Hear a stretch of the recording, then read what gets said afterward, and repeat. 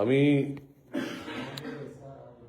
আমি বিষ্ণুপুরের আইসি শুনলাম আজকে নাকি মিটিং এর ঠিকা নিয়েছেন আপনি, টিএমসি কে জেতাবেন, তার জন্য বিজেপি কর্মীদেরকে কেস দেবে বিষ্ণুপুর আইসি আর এসডিপিও। ভুল করতে যাবেন না। আপনার পূর্বতন আইসি এসডিপিওদের অবস্থা খোঁজ নেবেন। বিষ্ণুপুরে পাবলিক কিন্তু এইসব কেস টেসের পরোয়া করে না।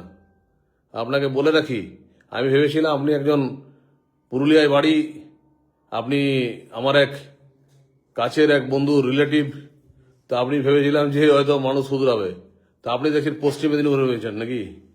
আইসি এসডিপিও কি রাঙ্গা না কি নাম এসডিপিওর বিষ্ণুপুর আইসির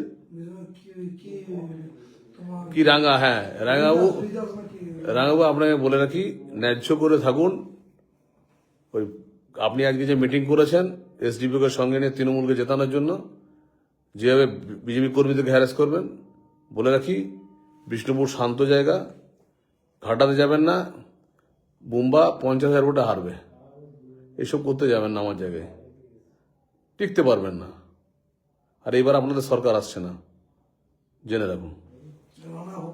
রানা ভগত আপনাকে অনুরোধ করে বলছি, এসব করতে যাবেন না। আমার বন্ধুর আপনি মামার ছেলে, তার জন্য আমি এতদিন আপনাকে কিছু বলিনি। আপনি এখন খুব ঠিকা নিয়ে বেড়াচ্ছেন, তৃণমূলকে জেতাবেন, এটা করতে যাবেন না।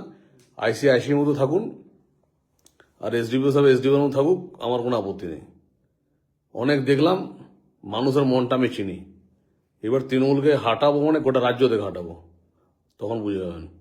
আরো অনেক কিছু খেলা হবে, আপনারা খেলতে হবে না আপনাদেরকে।